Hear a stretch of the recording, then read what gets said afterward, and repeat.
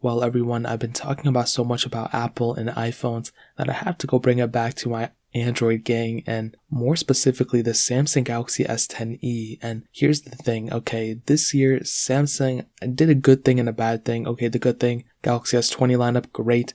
They dropped the S10 Lite. Unfortunately, they did cut out the E lineup that they had, which I think was one of the best things Samsung had going for them. And when you look at phones, like even with Apple, for example, their best selling phones are usually their cheaper models.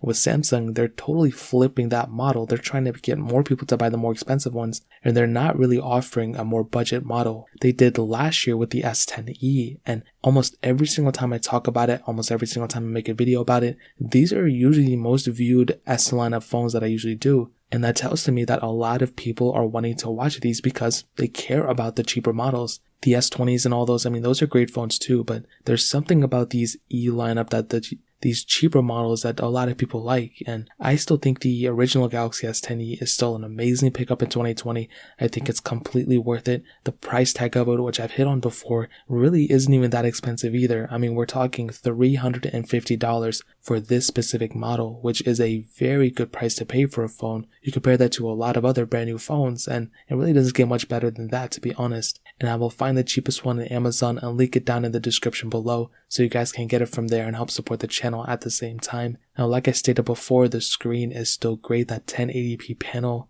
And I think that's probably one of its biggest highlights. Yeah, it's not perfect. It doesn't really look the best, but it really doesn't look that bad. And I would say for 2020 standard, it really isn't even that bad. And you compare it to something like the iPhone SE2, which I've already done, and I was able to see that for the most part. The S10e screen is a very, very good looking, and it's better looking than the iPhone SE2 in my opinion. And even with the SE2, funny enough, I did a bunch of tests with it, and I found that the Galaxy S10e is probably the better phone or every which way you look at it, to be honest. You still have that headphone jack and microSD card slot on the Galaxy S10e, which most phones coming out now do not have that capability, which is totally okay. You know, it is what it is. But that is very, very awesome that we do have that capability on this device, which is amazing. That hole punch display as well, which is really cool. And the phone still feels like a very premium phone. You can't knock the fact that this phone still feels and looks very good. Compared to the S20 and all those, there's really not that much of a difference if I'm being honest. Performance-wise, it's still a great performing phone. Like I said, I compared it to my iPhone SE2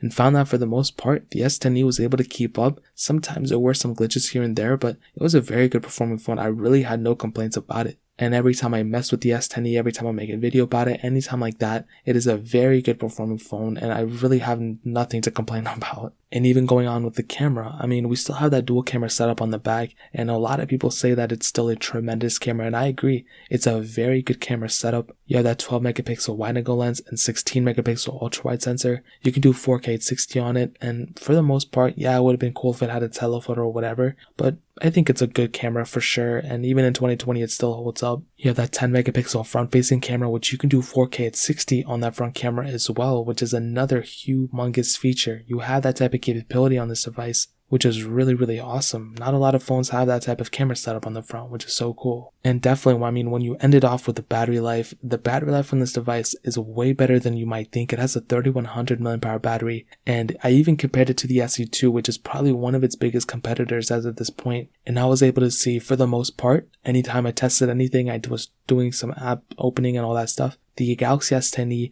almost had 50% better battery life within it than the iPhone SE2, which is so incredible. Not every device has that. You can't go around and say, oh my god, my device is this, my device. The iPhone SE2 is a great phone, but the Galaxy S10e definitely has a better battery life when it comes down to it. And so far, what I will tell you is, every time I test these older devices, I'm able to test newer things, and for the most part, the Galaxy S10e still completely holds up in 2020, and I still think it's an awesome pickup for sure. So that's really pretty much it. If you guys have any other questions or anything, let me know in the comment section below. Hit the like button, that would mean so much, but definitely hit that subscribe button. Every single subscriber that we get really does count, so it means so much if you guys could hit that. Also check out the other links down in the description as well. My Twitter, my Instagram, my second channel. All those links are linked down below. I'd really appreciate if you guys to check it out. More importantly than everything else, I love every single one of you guys. Hopefully I'll catch you guys in the next video. Peace out till then.